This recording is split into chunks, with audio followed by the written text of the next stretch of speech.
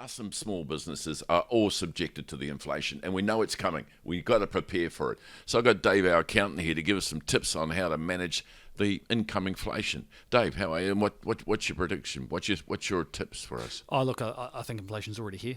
It's just a question of how long it's going to stick around for. And prices are going up across the board. I've got to go and fill my car up with fuel after this, and I'm probably going to cry when I have to swap my card. So it's already here. I mentioned fuel because the fuel companies, they don't piss around. And it's something that small businesses often drag their feet around, about, putting up prices. So your first tip, put up your price. Which we all know, but we've been reluctant to do because we're scared of our competitors. Absolutely. We're scared of competitors, we're scared of scaring off our existing clientele. So, yes, but we've got to bite the bullet and put up the price. And that really segues into the next point, and that's for businesses to really understand their margins. And I can't stress this enough. Understand where your costs are, where you can afford to absorb a bit, and where you've got to pass it on. The example often used is if you're a coffee shop, how much does it cost for the coffee beans that go into each coffee? If the price of coffee doubles, how much does that affect your margin? Yeah. You need to be all over this, because if we are in for a sustained period of inflation, then putting prices up isn't going to be a one-time thing.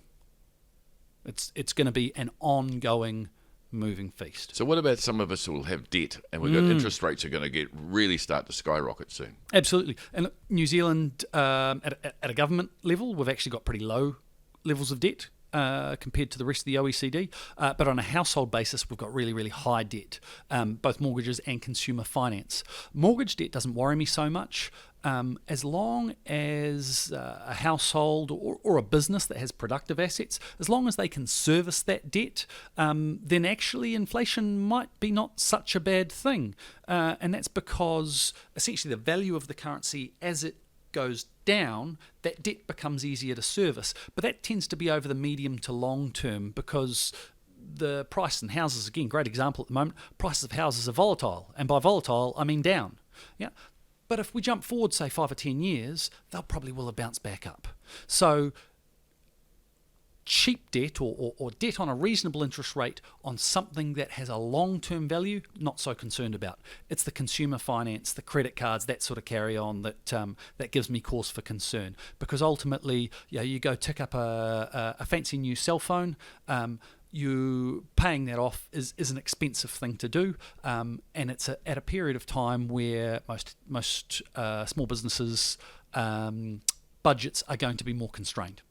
So what you're saying is assets like buildings, property, anything that's like machinery, that's probably going to retain its value quite well. Yep. It'll probably gain value with inflation. Look, and the other things keep you're paying saying it down, not to hold do, on to it if you can. The thing you're saying not to do is to spend a lot of money on expendable items like phones, Absolutely. furniture, all these things which are going to lose value very quickly. That's it. Because inflation will not raise their value. Absolutely. Somewhere, if businesses need to be cutting costs somewhere, the places that you need to be cutting costs is on the fancy toys. Thanks, Dave.